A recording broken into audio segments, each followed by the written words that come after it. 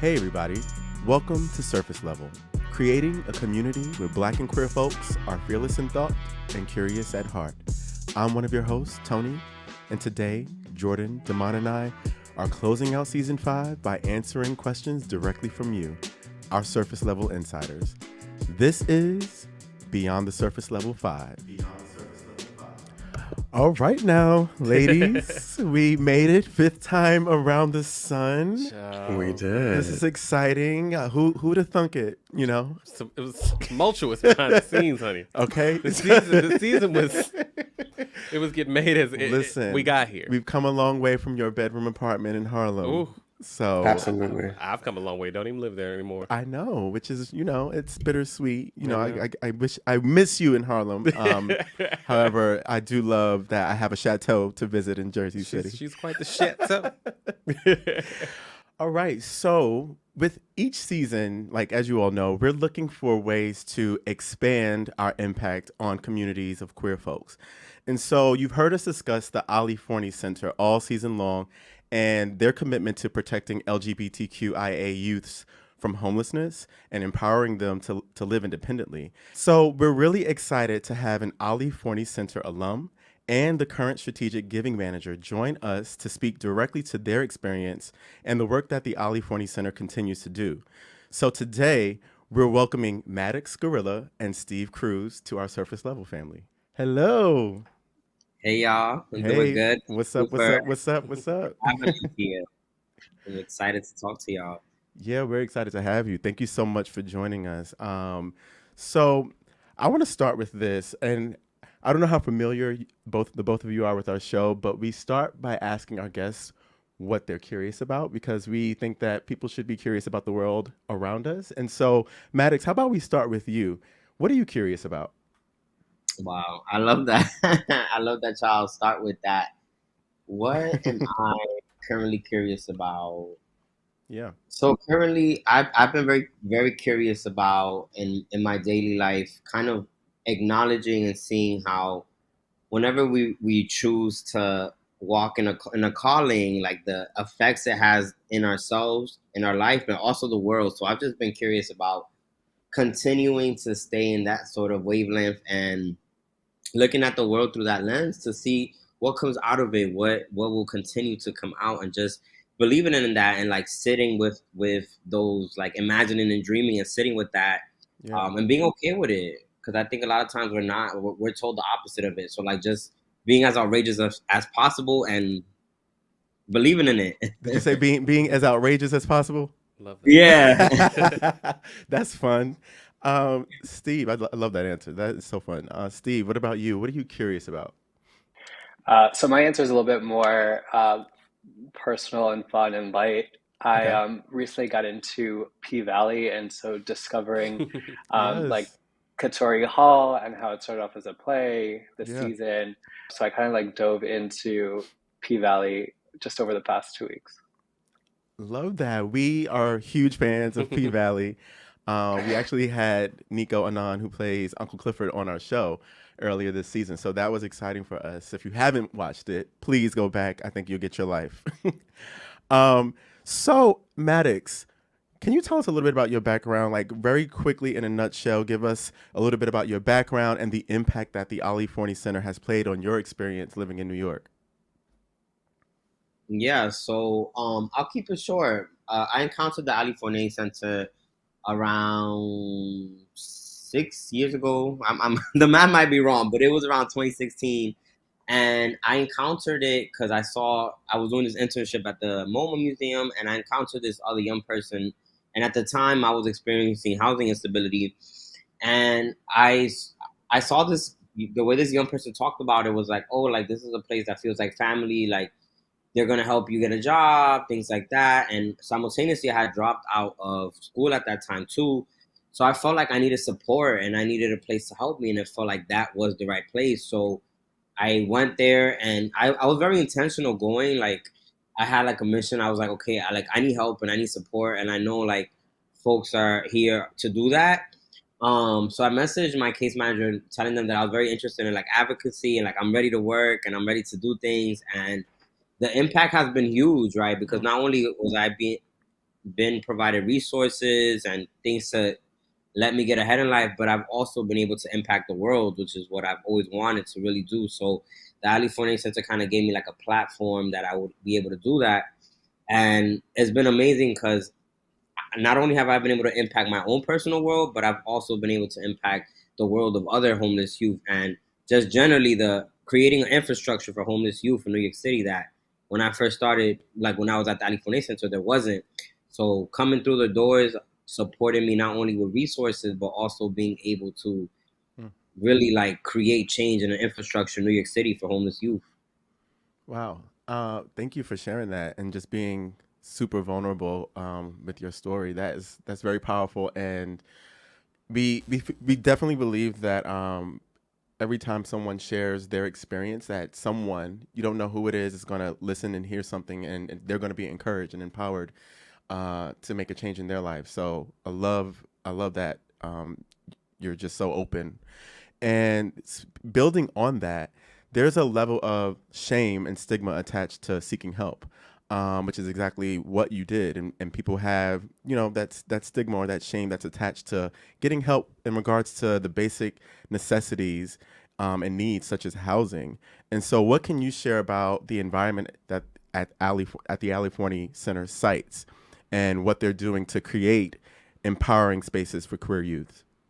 Yeah, I love that question because I always tell people like a lot of times we have to acknowledge that there's institutional trauma, right? Because a lot of these, like a lot of us that have gone through homelessness now have also dealt with different institutions at like earlier parts of our lives, and like now you're going back to these places. So that's why it's so important to really have like humane models and structures to really combat that institutional trauma. A lot of times, like we have with wanting to receive support, and I think the Ali Forney Center is special in that the ways that the shelter is designed and the program model and everything is very different. It's very like it has a humane touch on it. You know what I mean? Like the ways that the housing is designed.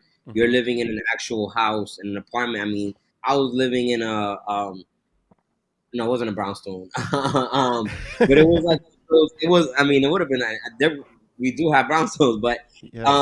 it was this apartment like complex that only had like 3 floors, right? And I was living in a specific trans inclusive housing, and you know what I mean? Like that's a different environment. Like I had my own room. I only shared it with another person. I had my own closet. Like, you know, that it was in a house. Everything was different versus when I've been in other shelters that's more Hmm. institutional, that look like a jail. You know what I mean? Like all of that does something to your psyche when you're treated like a thriving human versus when you're just treated like you're not that. And you know that really makes you feel empowered to make more impactful choices in your life. And that's why I always wish more people kind of replicated, especially in the homelessness world, Hmm. that model of like being more humane, using actual houses or how like versus this big institutional shelter that's like a jail.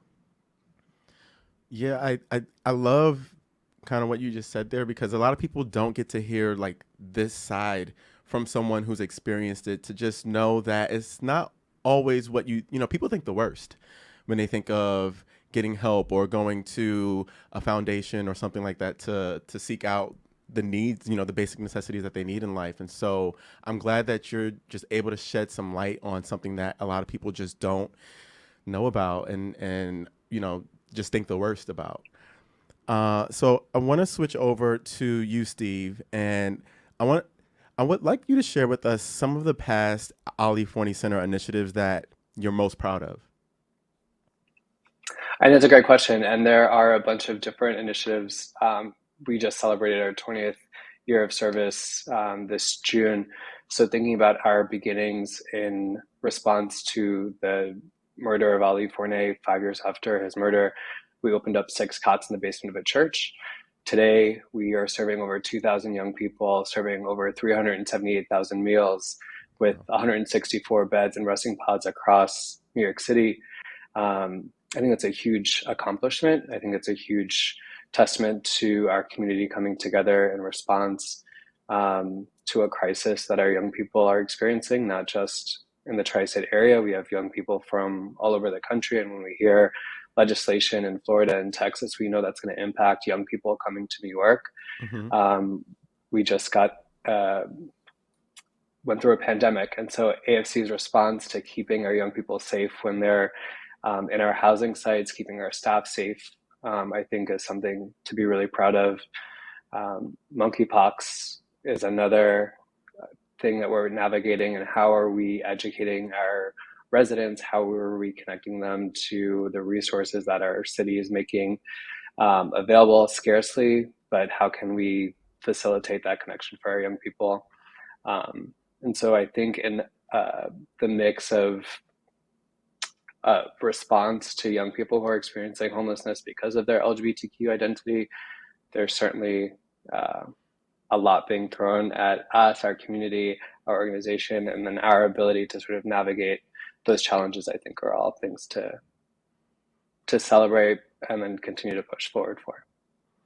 Yeah, I can't even imagine what, how life is already hard, right? And when you think about the pandemic and you're thinking about COVID and you think about monkeypox now and just on top of everything else, it just amplifies what's already going wrong. And, we really thank you for your work and for what you're doing and really making a difference in people's lives. And I'm just really happy that we were able to have you here today with us to just share a little bit of this, because again, I can't say it enough that people don't get to hear these stories. So Steve, can you answer me one more question? I want to ask about what is coming up with the Ali Forney Center, and how can people find out more information? So two things that I'm really excited to share with everyone. One, AFC currently owns one building. We rent all of the other apartments across New York City. Our B. Arthur residents, B. Arthur bequeathed money and allowed us to have that seed money to purchase a building. We're currently in the process of wrapping up a capital campaign to acquire a second building specifically for our trans and gender non-binary clients. It would be a permanent home for up to 20 young people any given time. And so as folks are feeling generous and want to donate to us, I would certainly recommend the Welcome Home campaign. It's a beautiful way to make a gift that will have a permanent impact on the organization, a home that will be there for our young people and help the organization build equity and stability. Secondly, we are launching an inaugural dance-a-thon. So Fun. if you are... We love to dance. If you're fantastic. The dance-a-thon is focusing on our meals program. So we know that at the core, anyone needs a stable bed at night that they can rest, and food to nourish their body before that they can work on job training, finding a job, mental health. So a really, really basic piece of the services that AFC provides. Mm-hmm. I mentioned that we served over 378,000 meals. One meal is about $2.50. It's just under $1 million for AFC to be able to feed our young people throughout the year. Wow. So on our website, under events, there's a We Are Family dance-a-thon that's starting. If folks want to start a team and get their friends to join or join as an individual, we're asking folks to raise $1,000, 1,000 people, and reach that $1 million mark, so that we're able to provide the meals that our young people need.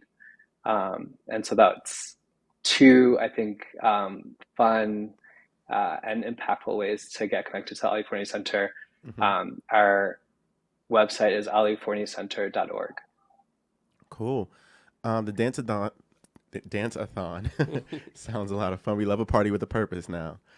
And so to wrap up here, I want to give you both, Steve, for you, I want you to share like the social media is a big way in how youth find out information. And so if you could share the maybe Instagram handle or however you can find Ali Forney Center across social media.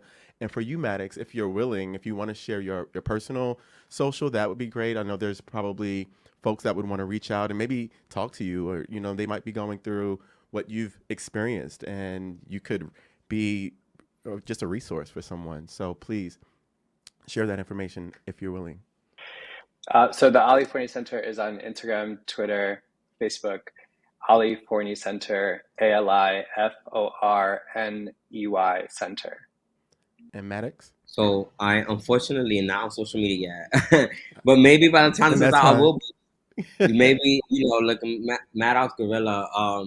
But just what I mean. Like I didn't mention this, but I have to mention it because it's a big thing too, and Ali Forney Center is part of it too. So together with the Ali Forney Center and other organizations, we were able to develop a direct cash transfer program too. So giving young people unconditional cash for 2 years as a new program, and that to me has been like one of the biggest things that, like, literally, if it wasn't for Ali Forney Center going through these doors, I wouldn't have been able to do.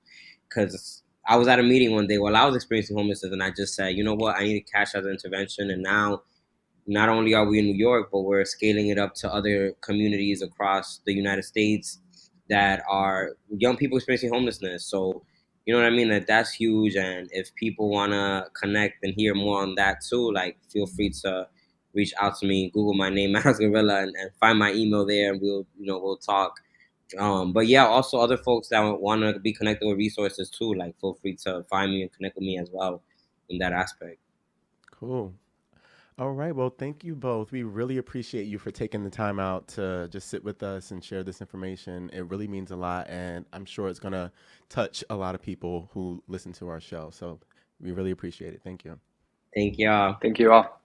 All right. No, I think I'm really happy that we had them come on, listening to the story of Maddox, and also just the amazing work that Steve and the team is doing at Ali Forney. Yeah. So excited to partner this season, and we are really excited to see where that all evolves. Yeah. And from there, we're going to get into the mess that surface level and you all are used to. I'm excited for the mess today. We're going to start. Who's messy? I don't know who's messy. So we're going to start with a game. Okay. It's funny, I was looking back at our season 4 Beyond the Surface Level, and for whatever reason, we never do superlatives. Oh. So we're going to bring them back. It's like the end of the year. Oh, at the my end of the year, we goodness. do superlatives. A year in review. A year in review, and they're going to be themed off of the episodes that we've done this season. Wow, that's exciting. So this will be a little fun. Yeah. All right, so we're going to start here with an episode we did about monkeypox and healthcare within our community. So, most likely to read the entire CDC website. Ignore what they read and end up catching the pox or the COVID. Bitch, don't Is there a countdown? Because I want to say Jordan, but is there a countdown? I'll say Jordan. This is the face of monkeypox. Do not come for me. Listen, we can all get COVID. It's very real. Make sure that you're vaccinated. That's why I'm still here and bright-eyed and bushy-tailed with COVID. Is she bushy-tailed or should she shave? She's bushy-tailed, as far as I know. I'm praying for you all at the party that you're going to after this recording session. So hopefully you don't have COVID next week. I'll pray for you with the one you went through last week. Just like you said, Thank you. I'm vaxxed and Thank waxed. you. I'm vaxxed and waxed. You are not bushy-tailed. Not bushy-tailed. Not tonight. Oh, Jordan, you not bushy-tailed this time? All right. So next, we did a fun little peek into our time in Berlin. So most likely to put themselves in the grave, going buck wild abroad. Oh my God. I'm going to say me. Absolutely. Everybody's absolutely Tony. Yeah. I'm going to put myself. I don't even know how it happened. I'm going to put myself in the grave. We never know. And then like of our friends, Tony typically doesn't get terribly torn down. And then whenever we go on a trip, that last night. The first one. Yeah, I'm not usually I'm usually like with the shits and alive throughout the whole moment, but every now and again, look, mama got to have a life too. All right, so let's keep it going. So we had an episode called Bromance about non-sexual intimate relationships between men. Yes. So the most likely to have multiple friends that they've transitioned from bromance to homance. Damon. Yeah. Listen, you can get fucked over here. She's a whole man. She's a whole man's. All right. So we did an episode called Death Becomes Her.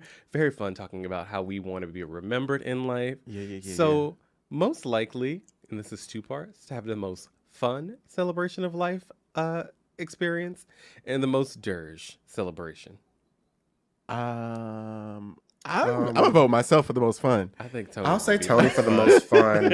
And I don't know who would be the most dirge. I don't think that exists on the show. Yeah, I don't know either. Like dirge is not. I mean, it'll be different, but not dirge. Like dirge is like Adam's family. It's giving,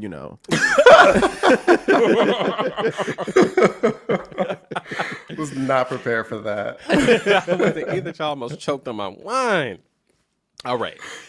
So next we did Parents Just Don't Understand, speaking to the amazing Dr. Lulu about her experience as a queer person parenting a queer child. Yeah. Most likely to have some badass kids.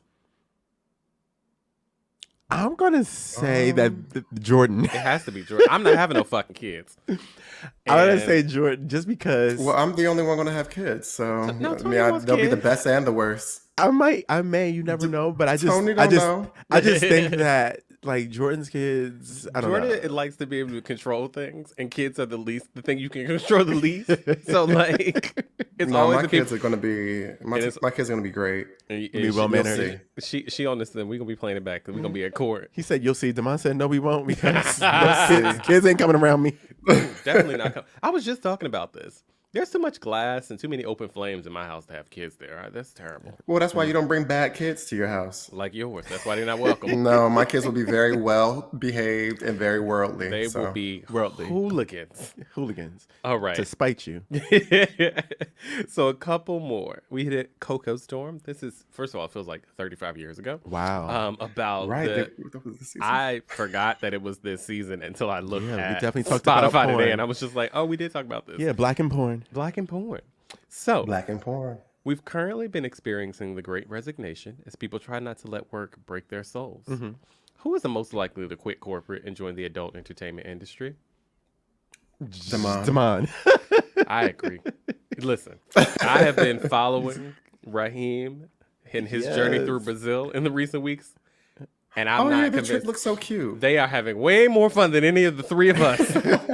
I mean, you said they got to be having more fun, right? They It's like, got to be having more fun. Yeah. I mean, Verse Raheem is having a great time. Verse Raheem. All right. That part. We love that. All right, and then finally, keeping on the theme of mother, the most likely, and this is a three-part, to refer to themselves as cozy in their skin, an alien superstar, or that girl. Who do you prescribe? Three distinct things came to mind. Who's each one? So I would say cozy in their skin would be me. And I was gonna say alien superstar would be Damon. And I was gonna say that girl would be Jordan. I was But gonna say the same I thing. have no changes. To Me make neither. And this, I immediately was just like, yeah, okay. yeah, This all tracks. That's where It all tracks. That's where it falls. Yeah. and that's how you know the girl. Right. We are actual friends. Yeah. I think that was one of the questions. Like, are y'all real friends? Someone asked me, and I was like, yeah, we're actually like, we've known each other over a decade. And so. No, we did a podcast casting call. Didn't do that. And then we did brunch, and then we were just Right, like, and then okay, it was let's do great. a show. That would be gross. Yeah. But I think the people want us to talk about something. So Jordan, take it away, Chad. Okay. Yes. So listeners have been submitting their questions on Instagram, on our website, in our DMs, unsolicited. We took a bunch of questions. We filtered out some of the crazy ones. And we're going to start here with Mother again. So, what do we think about the Renaissance album and the cultural significance that Beyonce had with dedicating this album to a queer family member? Tony? Uncle Johnny made my dress that cheap spandex. She looks a mess. Yes. Like, yes.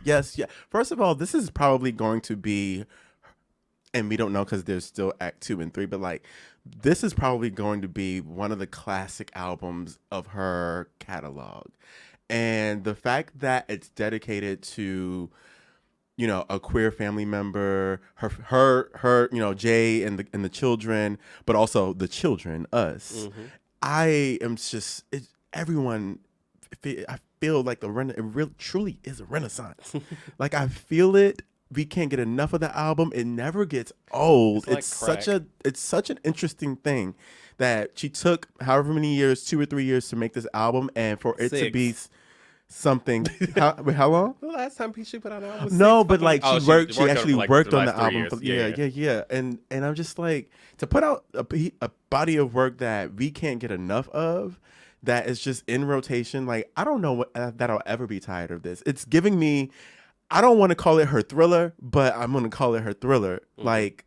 That's the vibe that I get. I feel so good. You know there's like Stevie Wonder, Michael Jackson, like some music that you hear that just makes you feel good, and it makes it like the body starts rolling and moving and you can't control it. That's what this album does. I think everything makes your body start rolling and twerking and shaking and everything. Okay. She's an icon. She's a nice legend. She's a legend. I mean, she is the moment. She Come is on the now. moment. You know what I appreciate about the work that she's done. If you're going to tap into a culture that you necessarily don't belong to or are not a part of, make sure to bring people along with you. And I think that is the exceptional thing she's done through this work, bringing Black trans people, Black queer people, Black DJs, producers, writers, et cetera, that are part of dance music, house music, so on. And I think that level and attention to detail, that ability to want to credit and give due and pay people, like flat out, is beautiful. And it's something that makes people in those spaces welcome them. I think we often go through this conversation around like, what's appropriation versus what is appreciation? Yeah. And I think that this is the ultimate Love letter and expression of an appreciation of a culture, and wanting to be a part of it and play in it in a way that it feels authentic and brings along the people that created it. Woo! Say that. Well, Say that's what that. Yes.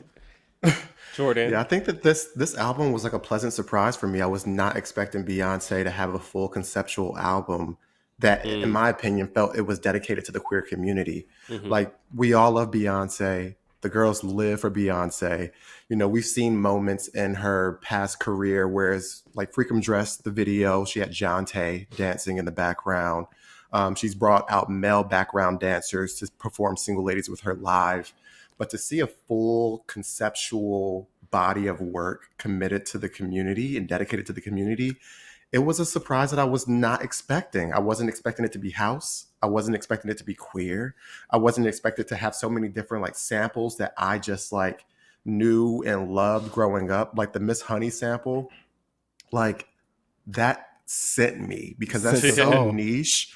That's so niche. Like you really have to be like in the culture and ingrained in the culture to even understand what that is and the virality of that when YouTube was like 5 years old. Yeah. And it's just, it's really nice. And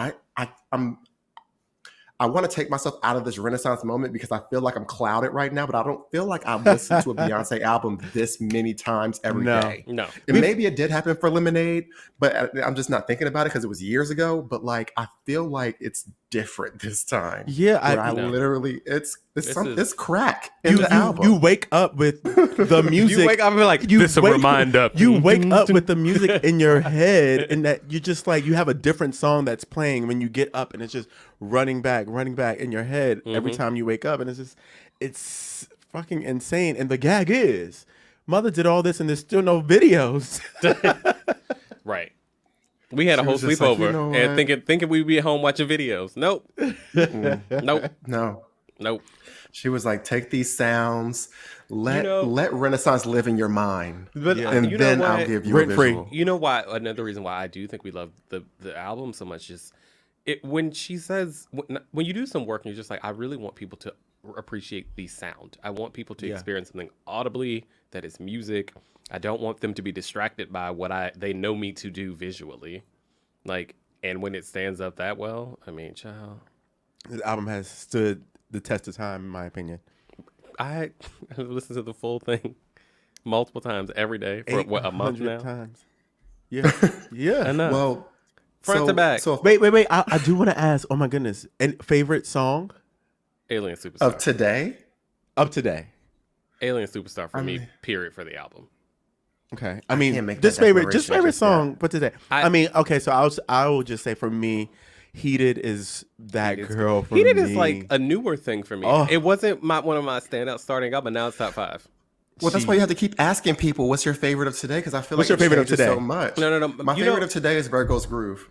Okay. Now that was my favorite But when like- it first started. And then that day. No, my this first, bitch, my you remember first she was like, started was Thick. she was like, I skipped it. I just want to dance. You remember? Yeah, Y'all I do remember? remember I listening- tried to listening tell to- a child. I was listening to Thick. When it first I came don't out, I like was listening to Thick. Thick. I love Thick. That's Thick that. is like 15.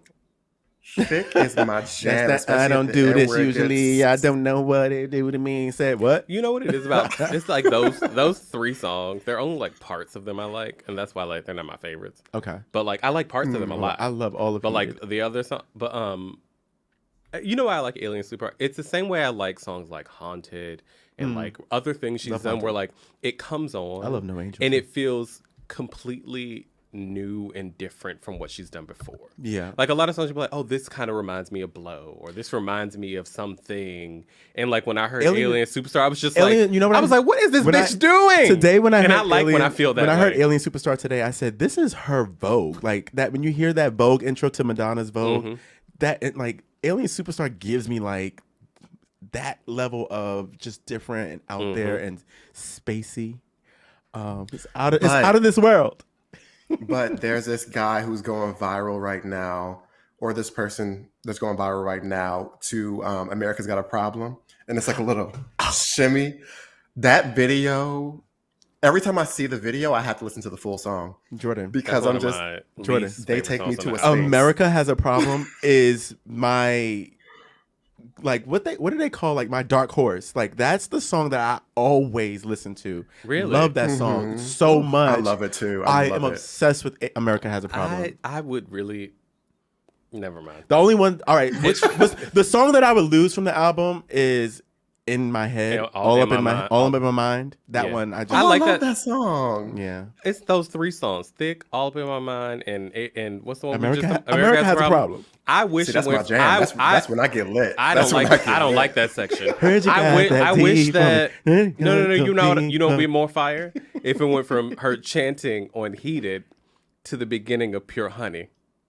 If it went from Okay, like, Uncle Johnny made had my dress to cunt to the cunt, that would be more fire than I gotta sit through. Well, you know what? It's getting thicker. Mother should have had us in the studio. We But should have no. on the team. But no, like that's like me nitpicking a fucking amazing front to back. It's my favorite Beyonce album.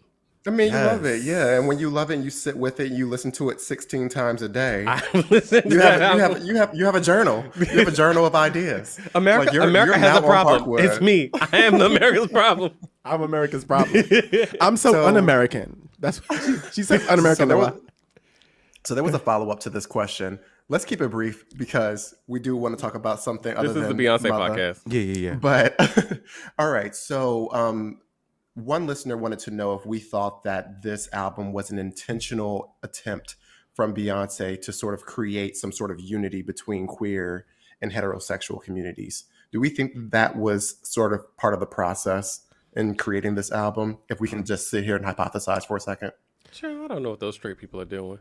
Yeah, my hypothesis is that she wanted to have an album that people would consume together at one time and just have fun, let your hair down, and dance. Mm-hmm.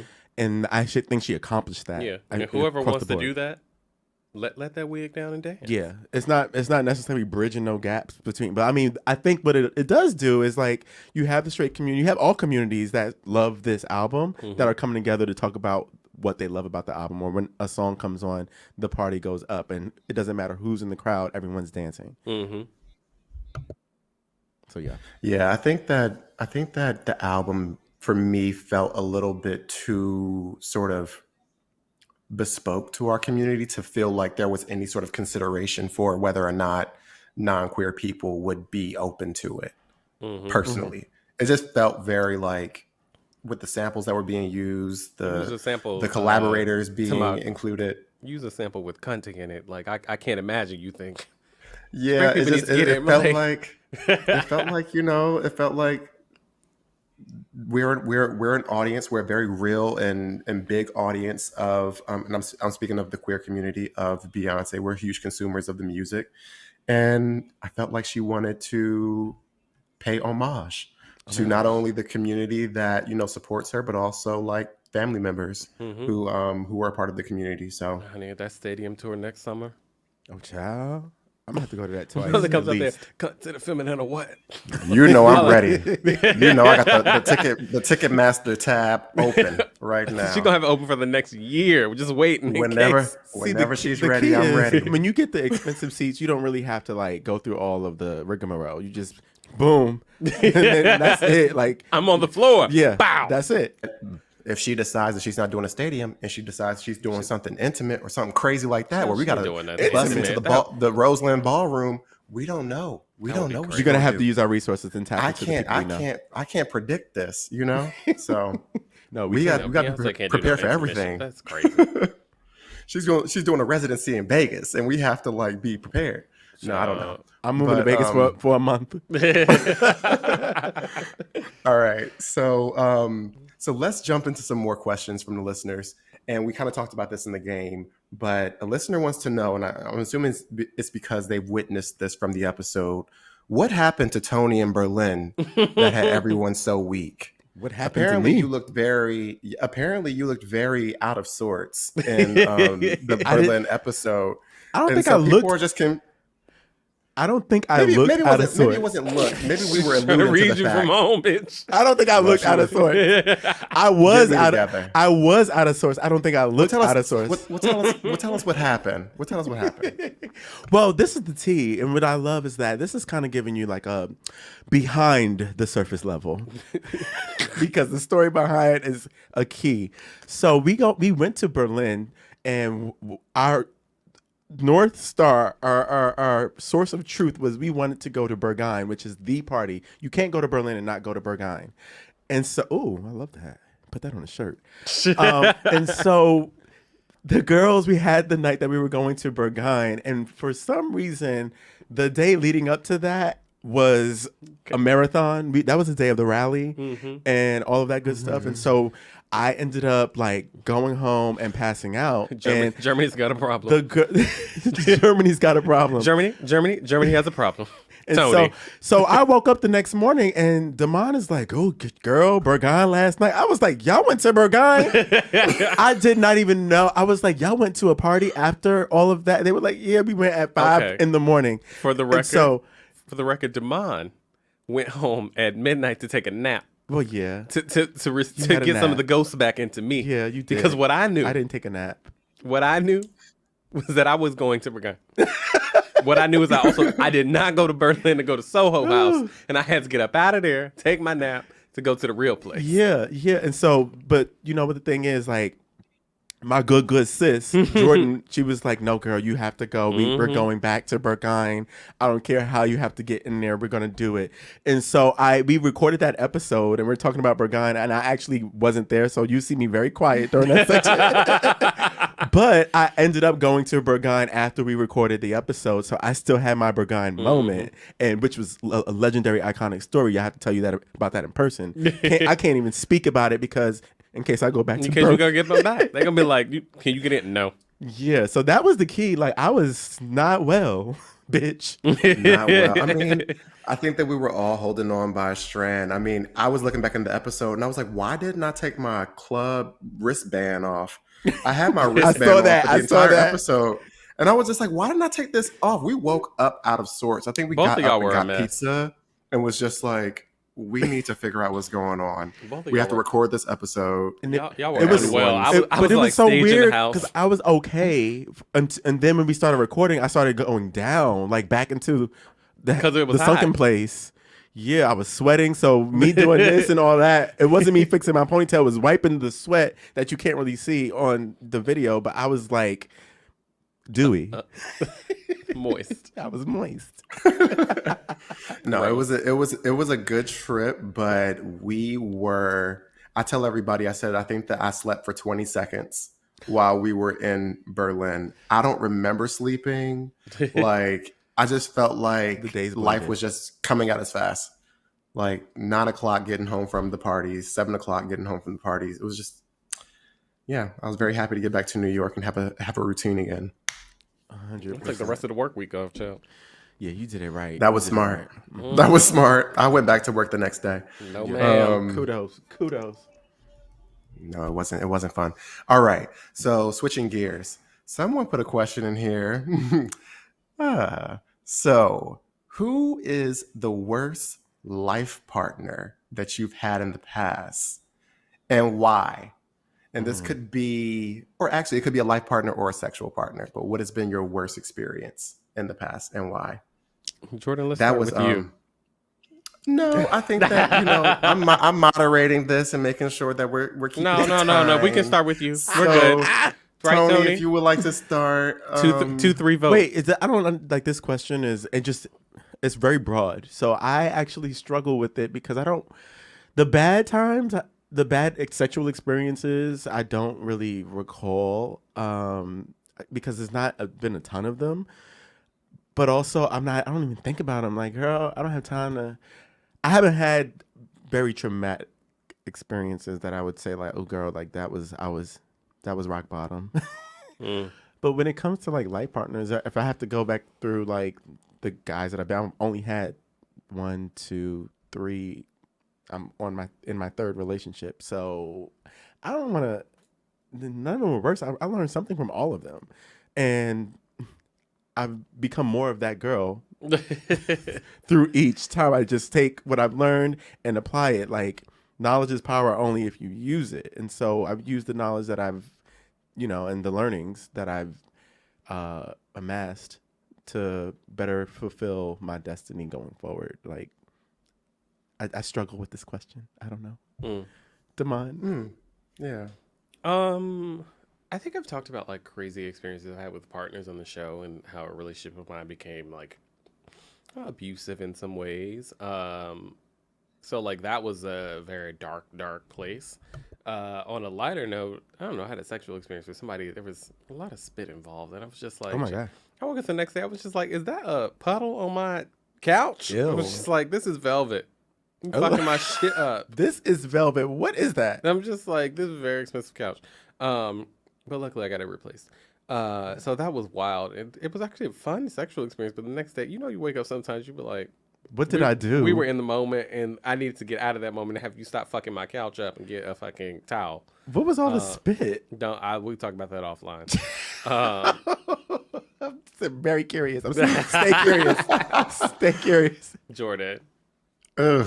So when I seen this question, I was just like, I can't talk about either one of these situations. Here you go. Just because, I just can't talk about these things. She's fixing her mouth to lie. She fixed her mouth to tell us a lie. No, I can She's give Jackie Kennedy. Listen, I've definitely had a worse like partner experience, which I will not talk about in detail on the podcast. Okay. And then I also have like a bad sexual experience, which I'll just call it the Red Wedding. Oh my God. And child, if y'all don't watch Game of Thrones, go look that up on YouTube and but what I will say gag.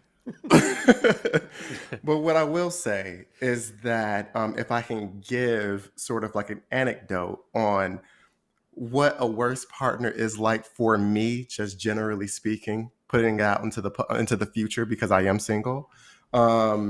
I think it's someone who gets really strange about like being supportive about the things that I want to do in life and things that I want to accomplish.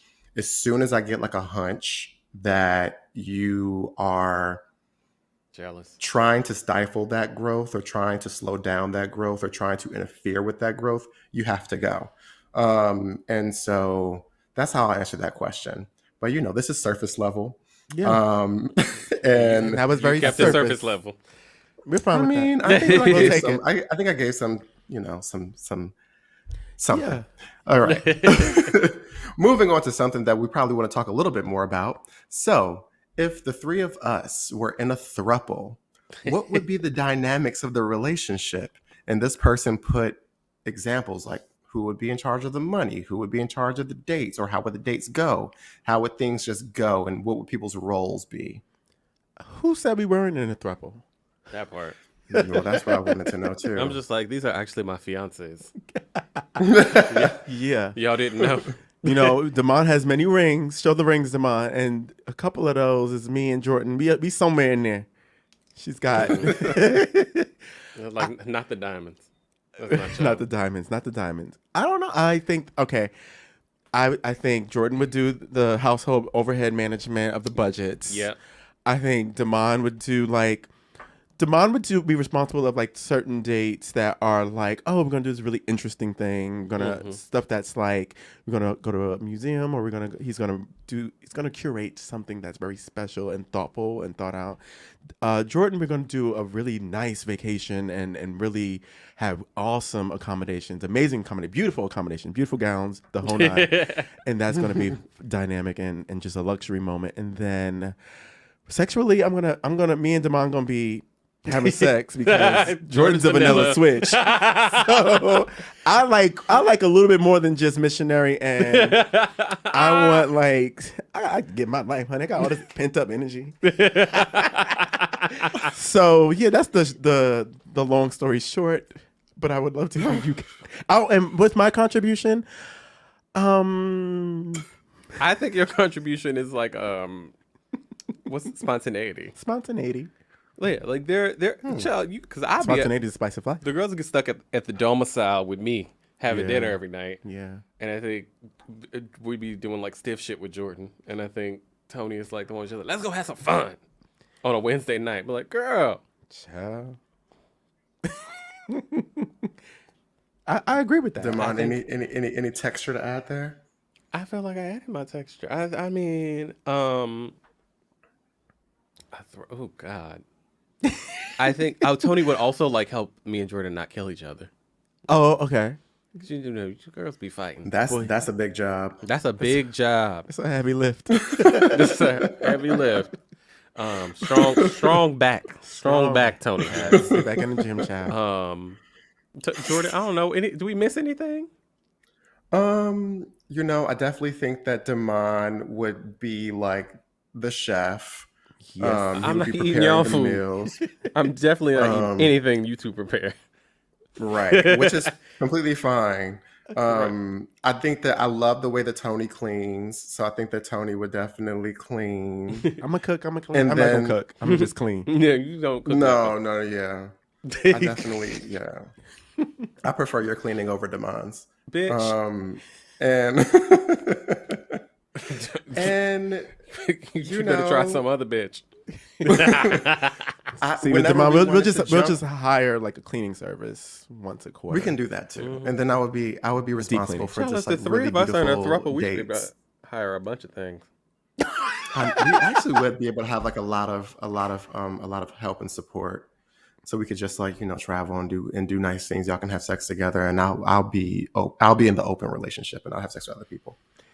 Yeah, and you. Yeah, we I think need it'd you be to great. like do the production on our OnlyFans because Right. Yes, I'll handle all the marketing and the production. Yeah, yes, Right. Mhm. It's just like love that. she'd be having sex with other people. Meanwhile, she's actually in the gutter. in the gutter. Didn't say I wasn't. People think because I'm a vanilla switch that don't mean I'm not in the gutter. I'm like She's in a I'm in vanilla somebody's gutter. Ooh. Exactly. She's a gutter butt. She's a not she a gutter butt. And this is the face of monkeypox.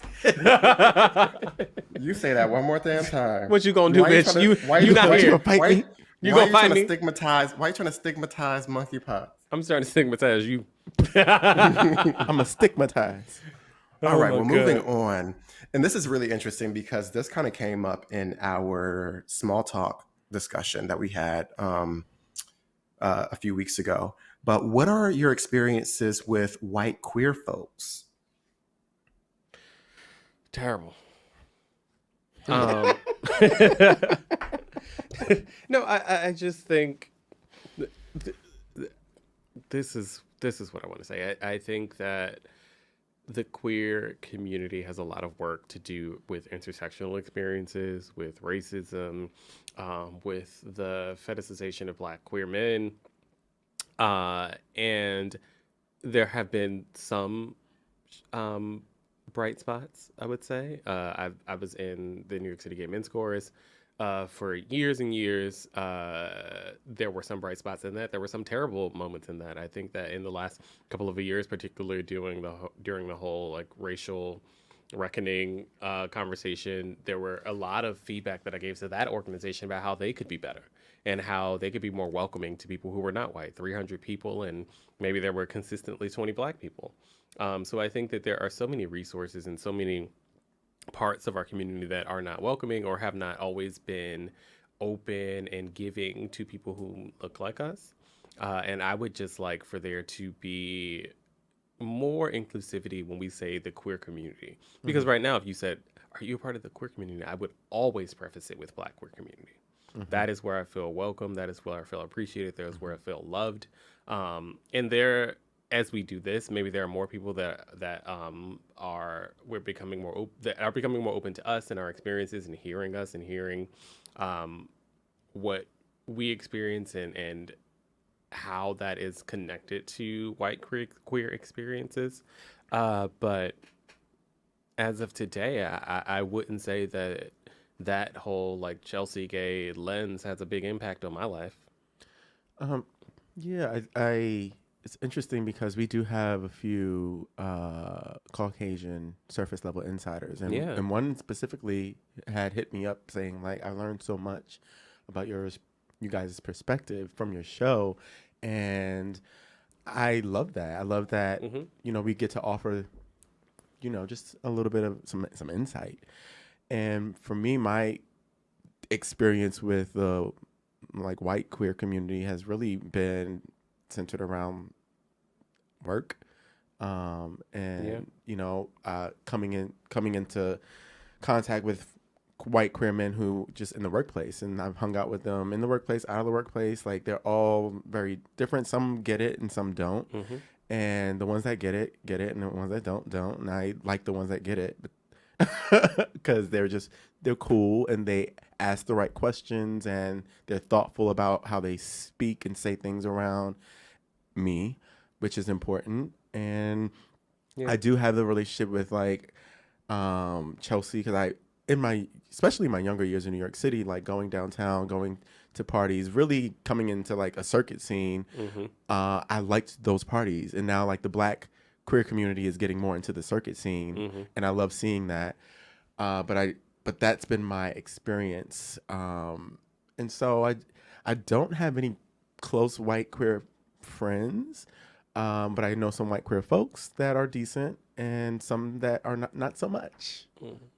Jordan. Yeah, I mean, when I saw this question, I didn't really have a whole bunch to add. I mean, I grew up in Trenton, New Jersey, which I grew up in a predominantly Black environment. I went to Howard, predominantly Black, mostly Black.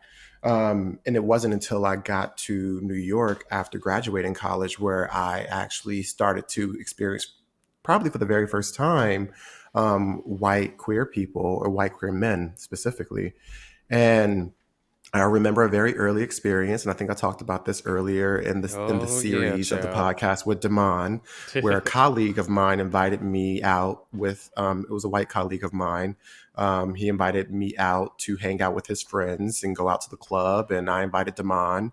And I guess the friend of my colleague came down and thought that we were Grindr hookups. Because why else would we be Black people sitting in that living room if we weren't there for a sexual responsibility?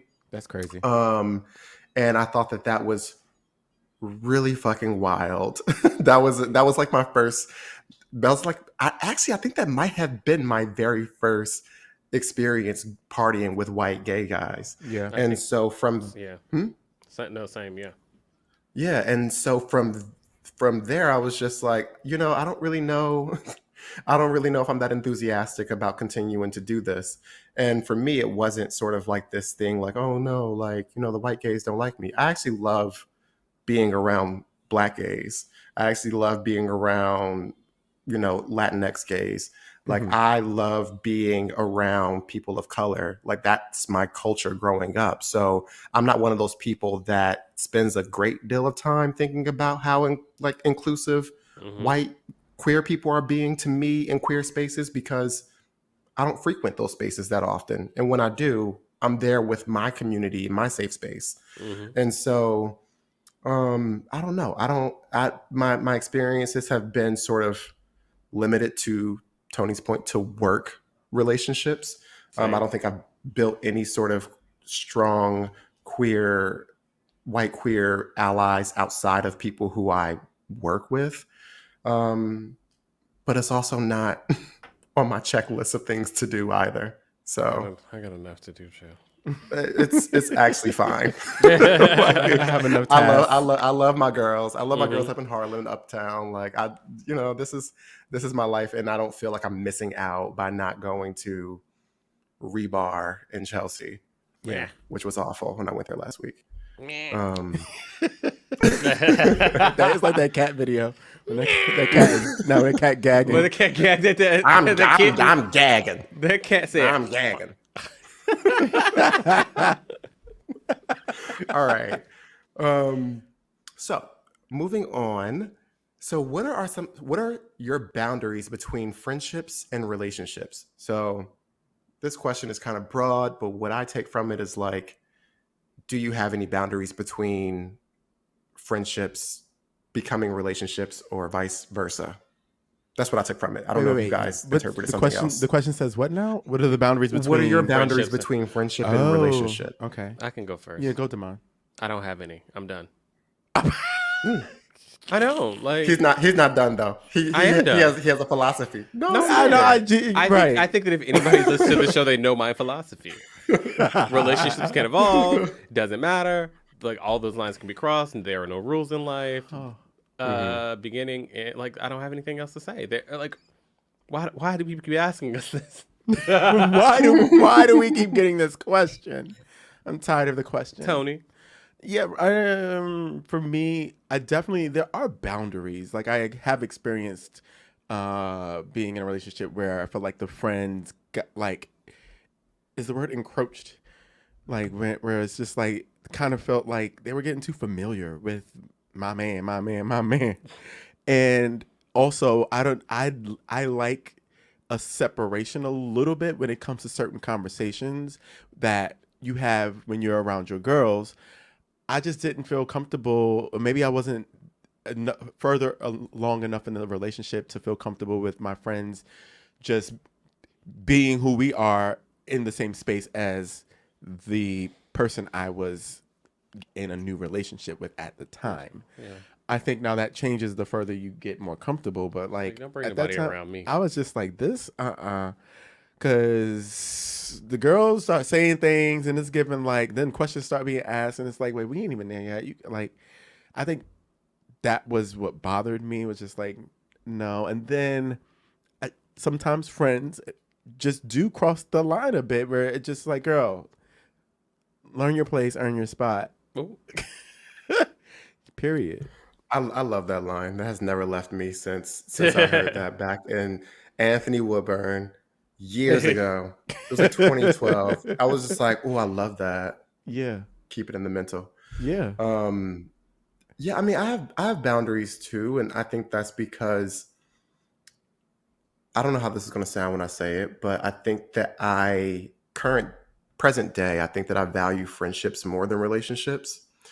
I haven't taken a moment to really investigate why, but I put a lot more and invest a lot more in my friendships than I do in relationships. And so for me, I think it's more difficult for me to compromise friendships for relationships, which I don't prioritize as much or don't sort of engage with in the same way. And so for me, that's a boundary for me. If you're a really, really good friend, I have to really think long and hard of whether or not I want to move that into a relationship space, because there's this fear that if the relationship doesn't work out, then everything is gone. And so I have that boundary with friends. So if you're a friend, you probably have a higher spot in my life than a relationship. Not to say that can't change. We're all getting more mature, and values and goals and things like that are changing. But I think up to now, that's sort of how I've been prioritizing them. Cool. Spontaneous moment, since the girls coined me as that one earlier. I have a question that comes from one of our surface level insiders from DC. His name is Angel. And I didn't include this in our question list, but I want to make sure that we ask this because Sneaky. Jordan's about the malfunction. it's important, and we have a DC community that loves us. So let's just make this one quick. But which personal struggle in life has taught you the most about yourself, and in what way did it inspire the greatest change? This is a question for all of us. It didn't fit in the black box, so I forgot to send it to Damon. So I'll read it again. Which personal struggle in life has taught you the most about yourself, and in what way did it inspire the greatest change? I think that my ideas about relationships have changed a lot. And I think that previously my idea of what relationships should be were centered on like what I viewed from my parents, and what I viewed from like the longevity of people I knew. And it's just this idea of, it's hard, you gotta fight for love and all this shit. And I think that got me into a place where I lost a lot of who I was. It got me into a place where I was accepting things that were not in line with like how I wanted to live my life.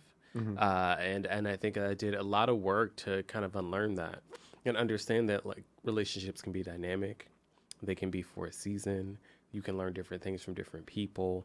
You should always engage them. And I think to the previous question, this is one of the main reasons why I say that like I don't have this major delineation between like friendships or relationships, is because like I'm evaluating each person for who they are. And in this moment that we are existing in together, and that can be romantic, that can be familial, that can be just friendly and so on, or all those things can kind of cross over and converge in a way that it doesn't fall into any of those categories. Yeah. And I think that as long as I remain honest about who I am, and I remain open to understanding who that person is without expectation about what we should or should not be, it's all fine. And that was something very, very hard for me to learn, just because I grew up in a place where I thought I knew one thing about like what relationships were, but like it just became, and I always say this, people are much more complex than we give them credit for. So that's what I would say. Love that. See, this was a good question. So that's why I like threw it in there. For me, what personal struggle? I would say it was when, finding out my status being HIV positive, and navigating that alone for so many years, for like 10 years before I really talked about it publicly, having this podcast as a platform. And by the way, if you are new to the show, you can go back to season 2 and listen to Undetectable.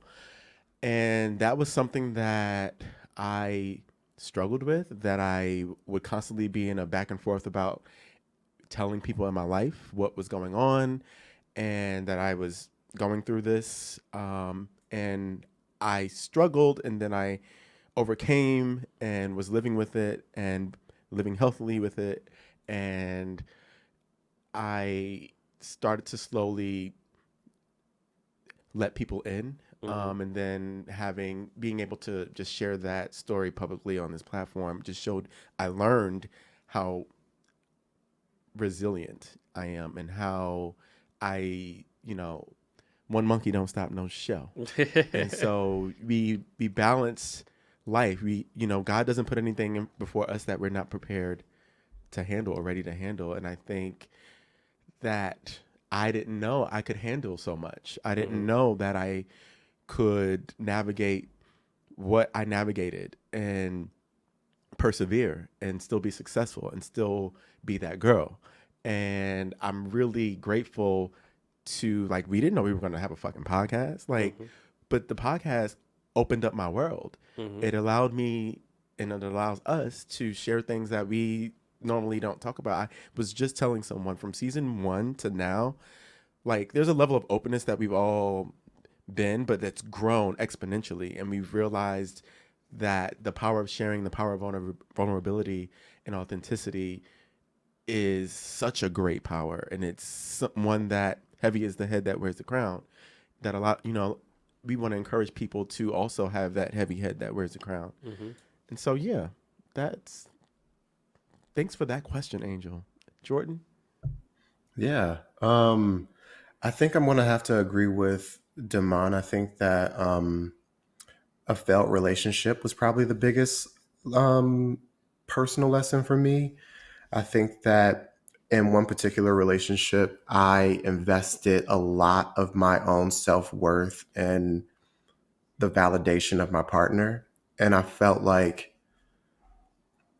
I don't know, it was one of those things where I felt like I was a very confident person. I felt like I, had my things together. I had a lot to offer, but it didn't matter if the person wasn't telling me that things were good and that I was doing well and that things were going good for me. And when that sort of support started to slip away, I really felt like I got into a place where I was like a dark place. And I talked about this like earlier in the episode where I say that like it's a no-go for me if I'm in a relationship with somebody who's not supportive. And it's because I feel like I'm still working through trying to figure out like how to not depend so much on what other people think of me. I think that when it's people who are close relationships, I'm hypersensitive to it. And it's a really difficult challenge for me to like actually just not care. For some people, it comes very easily. Some people don't think about it. Some people never think about it. That's just not how I was. That's not how I was raised. I was raised to sort of impress people around me since growing up and sort of earning my keep, if you will, as being like the little gay boy that nobody wanted to have, be the gay boy that was around. So I think that failed relationship and me sort of coming to terms that what I thought was going to be something that I needed to have forever needed to end, and taking the time to actually just be with myself and work on myself. And it's been a slow process, but I felt like that was I don't know, it was just like it was a big lesson learned and it impact a lot of different things in my life in terms of how I move with regards to how I show up. If I'm overguessing myself, having that mental dialogue with myself, like, why are you doing this? Why do you care so much what this person is thinking about you? Like you're putting too much power into this other person. A lot of those things really helped me to sort of like move my life into a different direction. I also started talking to like a therapist around that same time as well. So yeah, I think that relationships is crazy, which is why I prioritize friendships. Because relationships are a lot to fucking think about. Very much so. Well, thank you for the curveball. I think that was nice. That was a nice touch. Back to your. I wasn't prepared for that. So if I was rambling, forgive me. But I was not. Listen, back to your regularly scheduled program. All right. So we have 2 more questions left before we wrap up the season. But how has your friendship grown since the beginning of your podcast journey? Oh, that's a nice one. I feel like it's grown exponentially, to be honest. I think the word's evolved. Evolved is a good thing. Yeah, because the relationship, the friendship is still the friendship, but it's the friendship. It's been an evolution. Yeah, I think you learn new things about people. You experience new things with one another. We just did this episode about friendship and trials and things that we've experienced, just because it's not always sunshine and hey everybody, welcome to surface level. No, like, because we're real people, we go through real shit. And just for me, the value of figuring out how to navigate those things in the midst of like what is essentially a business around it is complex. Yeah. It makes us learn each other and know things about each other in ways that are very different than if we were just chatting in your or Jordan's living room the way we used to. And yeah. Yeah. I mean, they got to learn a lot about that, and we can be friends too. You know, our last episode. And so for me, it's become more of a sacred circle. Like when people say sacred circle, like I really do feel that this is that. If I had to, if sacred circle were 3 people in a friendship, it's us. And I love that we've been able to evolve and get to a place where we've just grown even more cozy with ourselves, with each other, and we know the ticks that tick us off, and we know the things that will make us feel seen and special, and we do all those things. You know, it's a brotherhood, it's a sisterhood, it's a personhood, theyhood. it's a theyhood, Folkshood. and it's a really beautiful butterfly. You know, like when you think of going from the cocoon to like just evolving into this, that's what I think about, like seeing that happen with our friendship. It's really been, I don't know a better woman. It gave Oprah. I don't know a better woman. I don't know a better woman. Yeah, and that's what Oprah must have felt in that moment. You guys got to Google this interview where Oprah talks about Gail, because you have to tell your friends that you love them, that you respect them, that you appreciate them, and you can't take each other for granted. But You got to tell your friends when they're trash too. and you got to tell them when they're trash. That's part like, of it. and that whole spectrum of experience, I think, is the thing that I come back to, and like that is valuable with the 3 of us. I think that even when we are furious with one another, and there have been moments where we have been over the past few years. Yeah. I don't think that we've ever stopped trying to get back to a place where we were not, where we loved one another. And like that, and like we talked about this in the past episode, and Jordan, we can let you chime in a second, but just when Jordan and I had a sit down, I guess at the beginning of this season, we were just like, I'm tired. I don't want to be this person. I want to get back into a place where like we don't have this like negativity towards one another. And I think that the feeling of wanting to get back to that place is the thing that we keep at the center of our friendship, of the work we do together, and so on. Jordan? Yeah, I mean, our friendship has obviously grown a lot. I think that we went from being just natural, organic friends from early 20s, even before that, for Damon and I. But I think that the podcast has allowed us to add this extra layer to our friendship, where we are owning a business and we are running a business, because we don't just show up to the podcast studio and just talk in front of these microphones. Hello. It's, coordinating guests. It's figuring out the branding, figuring out the social media, who's posting what day, who's managing the all of these other elements to make sure that we're actually able to like produce it on time. And whenever you're working with people, you encounter different work styles. And I think that we've had to figure out what the balance is between friendship and business partner. Berlin, yeah, that was a great episode, but that wasn't something that we just sort of like happily walked into. We had to have a full conversation about that, because our trips in the past have been exclusively just for us as friends. This is the first time where we had to record for 4 hours a day. And it was just kind of like, wait a minute. Something that used to be just sort of like a tradition of our friendship is now becoming something that's like work.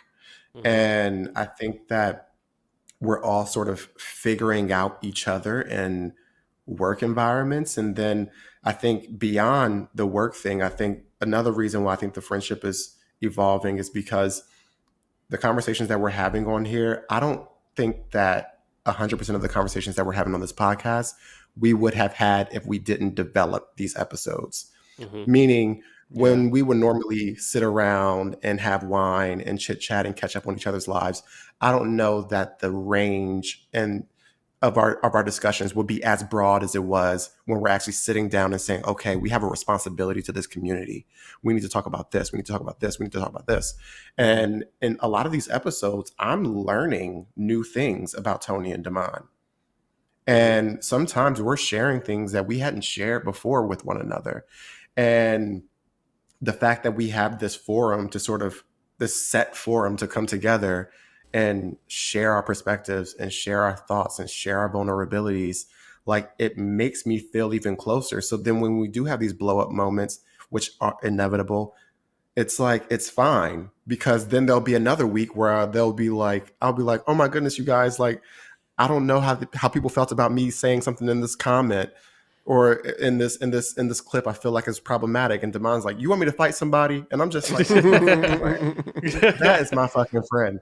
And it's just like it blends together, and it's really beautiful. It's definitely a challenge. If you're looking to go into business with your friends, think long and hard about whether or not you think that you could actually like do it. I think that we're very lucky as a group of three that everyone takes this seriously and is invested in it. And we're all aligned with the overall mission and the purpose of Surface Level. So like I tell people all the time, there is no weak link in Surface Level. We all show up and we're all present. And so I think that it's been really, really, really healthy, even with sort of, any sort of snafus along the way. It's like everybody can sing lead now. All right. So we have this final question, which I think is a beautiful way to end this episode. So what's a dream that scares you for the future of Surface Level? So when you're thinking about like Surface Level and what it could be in the future, is there anything that gives you sort of like, you tense up a little bit and you're just like, I don't. I'll go. Yeah. I have thoughts, but it's marinating right up in here. It's like, yeah. Under your wig. Under my wig. All right. I think for me, it's always about keeping the purity of what the thing was or is. It's always been thoughtful conversations between three people who have a relationship with one another that in some way we can find that is valuable to us, but also we can hopefully not teach, but like share something valuable to other people in their journey. And as we like this season, we like Nico came on our show, and like it was the first time we had like a major celebrity or someone that was like on like a show that's on a major network and all these things. And for me, Nico was phenomenal. I love the work that he does as an actor. I loved listening to him as a person. And listening to him as a person was the reason that I wanted, or like that I enjoyed having him on our show and sharing his experience with our listeners. And for me, keeping that purity, no matter if it's the three of us, if it's us and maybe some educator, or if it's us and Beyonce. Like for me, the value of it remaining pure and true to the message with which we set out for it to be is the thing that I never want to get lost. And the thing that like can be lost sometimes when you think about celebrities or how you can expand or how you can reach more people. Like sometimes somebody crazy could come about and you'd be like, well, this could be a moment for us. But like that is the thing that sometimes I find joy and apprehension in. Like as more people discover us, as more people find the things we talk about to be interesting, as more people want to be a part of it, how do we stay true to like what we set out to do? And I always go back to, if we can do something valuable that helps one person.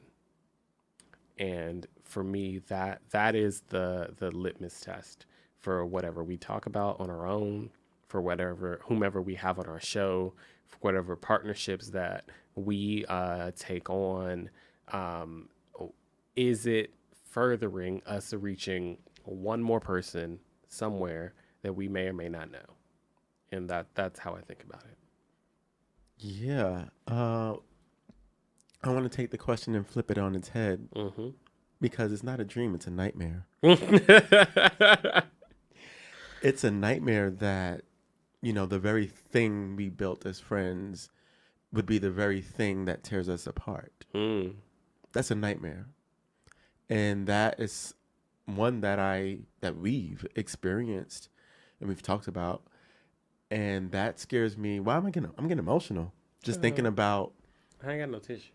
Just thinking about starting something so special and so pure, and that being something that could tear us apart, because I would never want that. And now I'm crying. Tony's crying. Jordan, come on. Because that, I can't. I just wouldn't. I love you guys, and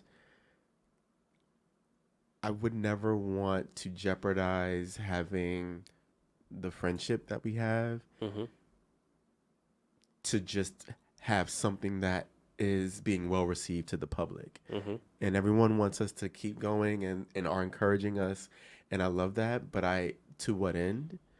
And to me, it would, the end would never be us not actually being our authentic selves, and the friendship that we have going back to when we first as a trio started hanging out, 10 years, 11 years ago. And I have vivid memories of those times and all the times leading up to like this moment that I just would hate for it to be squandered because of something trivial. And so my dream would be that we continue to do things as we have, in a way that we respect each other and honor each other and continue to put each other's best interest at heart. And so that's what success looks like for me and for us, to see each other be able to grow and expand and all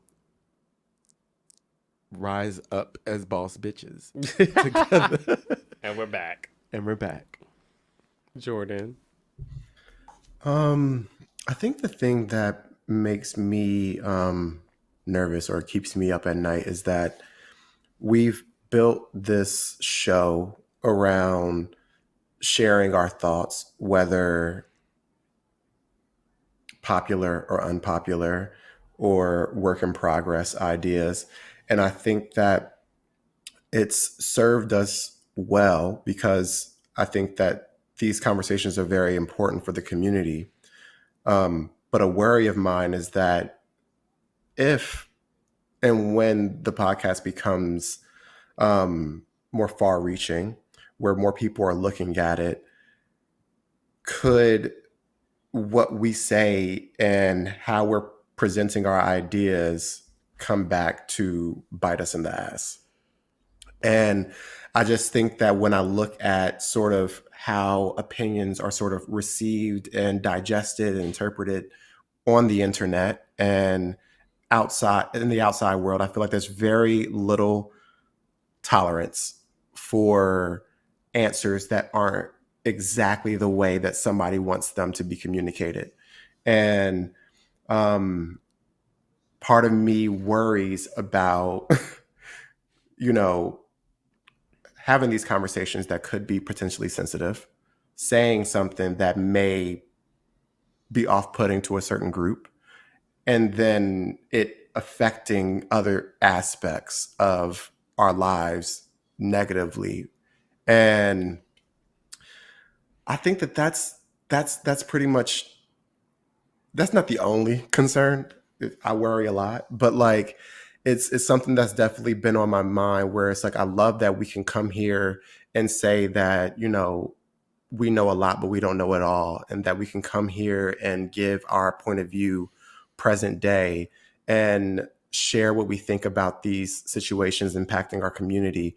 But I just get worried about if there is ever a moment where something is interpreted the wrong way, or something, or idea of thought progresses years down the road, and then someone looks back at an episode and say, well, you said this, and so you deserve zilch. I think, look, that sort feel of like concerns me. I think that's the risk we take. Yeah. And I feel like we're getting into good trouble. Good trouble. I also think that between you being a bitch that can write a PR statement and me being a bitch that will cuss anybody out and stand by what we're doing, we will be totally the fuck fine. Yeah. Yeah. Okay. Wrap it up, bitch. Thank you. And on that note, that's all the time that we have this season. We would like to thank Impulse United and Droplet for their partnership in helping us grow this podcast and this show in ways that we could not have imagined. Our community of fearless listeners and supporters who've donated to our fundraiser, to the Ali Forney Center, and our amazing guests for sharing their stories. If you'd enjoyed this episode or this season overall, please, let's keep the conversation going. Let us know your questions at surfacelevelpodcast.com. And for the last time this season, stay curious.